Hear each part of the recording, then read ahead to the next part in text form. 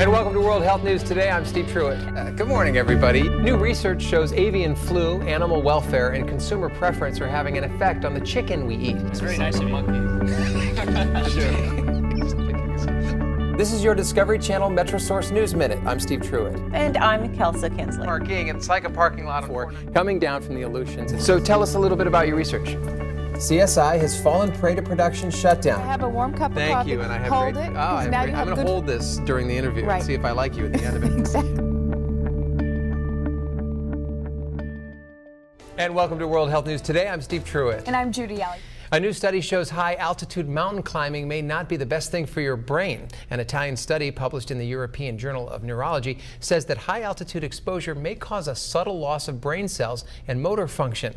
Researchers say climbers showed a small reduction in both gray and white matter in the brain. The results provide evidence that extremely high-altitude climbs with no external oxygen supply may cause subtle changes in brain tissue. A NASA spacecraft with a Hollywood name, Deep Impact, blasted off yesterday on a mission to smash a hole in a comet and give scientists a glimpse at the frozen primordial ingredients of the solar system. It's 8:04. Welcome back. It's time right now for another check of the weather with our own Steve Truitt. Good morning, Steve. Good morning, Beverly. And I definitely have good news for us as we look at our Mount Wilson cam looking down on the basin. As we look at our live satellite picture, zooming in, the picture shows not very much until we add a little bit of a graphic in the form of the high-pressure dome sitting over the Four Corner states, bringing us that oppressive heat for the last few days. Finally, that's going to be moving off to the east, and the low-pressure system, which we've been waiting for, coming down from the Aleutians in the Pacific Northwest, making its way into our area and taking form in something that we call the coastal eddy. That's right, eddy is back, and that counterclockwise flow of moisture and cooler temperatures is going to be in our area pretty much dominant for the next couple of days and showing up visibly in the form of morning low clouds and fog, that marine layer pushing itself further inland as each day progresses, bringing temperatures down cooler and cooler each day. The explosion in numbers of people affected by noise-induced hearing loss has led a group of scientists to examine the possibility of reversing or perhaps even preventing it. Researchers at the University of Michigan are at the leading edge using a vitamin and mineral cocktail that may help prevent the damage. Joining us today via satellite is Dr. Joseph Miller, the director of the Center for Hearing Disorders at the University of Michigan's Kresge Hearing Research Institute. Dr. Miller, thanks for joining us today. Good to see you. Good to be here. Thank you. So tell us a little bit about your research. Well, for about the last 15 years, most of my research has been focused on the basic mechanisms underlying noise-induced damage to the inner ear. About 10 years ago, our view was that noise damaged the inner ear primarily by intense mechanical vibrations, destroying the delicate structures of the inner ear. Since then, we've learned that there are other factors that contribute to noise-induced hearing loss. So this sounds as much a chemical issue as it is a mechanical one. Oh, that's exactly right. So with our notion that it was strictly mechanical, there was no intervention that we could use to try and prevent the damage other than reducing the amount of energy reaching the ear. Now that we know that there's a chemical basis for much of the damage, we can intervene with other chemicals that can prevent their action, and thus the formulation of a combination of vitamins and a mineral to block the free radicals and to eliminate the reduced blood flow. Okay, so you're talking about prevention now, and you're talking about vitamins and minerals for preventing hearing loss, which sounds radical in itself. How did you do the trial? Who did you use, and how did it turn out?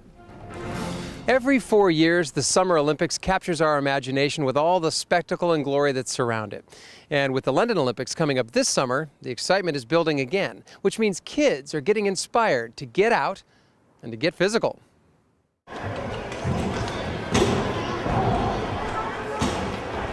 Before she balanced on the beam for the first time, 18-year-old Alexandra Leggett was inspirationally infected with Olympic fever. I saw the 1996 Olympics on TV with Carrie Strug, and I saw her land her vault on one leg and get carried off by her coach. 12 years later, the same symptoms are being experienced by kids all over, except now they're being bitten by the London bug. Some of the kids' first Olympics.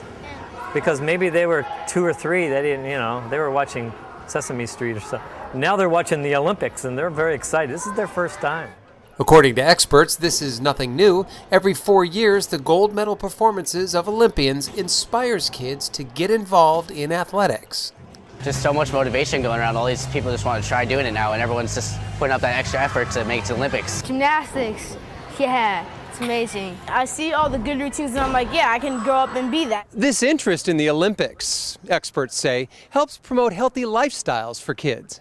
Gymnastics is the foundation for a lot of things: strength, flexibility, coordination, agility, something that you can use in football later or anything, soccer or whatever. It's a foundation for all sports. Because it's fun and it's like healthy for you. You get all strong and stuff. Not only is it a foundation for fitness, it's also a foundation for important life skills as well. It's fun, keeps me focused, gives me a lot of discipline, helps me with my school. So I have to do good to do the sport. It gives you that confidence, that kids sometimes lack at school. It's like an outlet. When you're having trouble at school, you go to gymnastics, and you get your frustration out. So, which athletes do these kids aspire to be like? Well, some like the men, John Horton. some like the ladies, Alicia Sacramone, because she's so hot. and some really aren't sure. The one on the left side. No matter who their idols may be, health experts know that the gold medal for beams and bars is only valuable if the kids are having fun. For World Health News Today, I'm Steve Truitt. And when we come back, it looks like we'll be tossing a lasso around the traditional Western diet.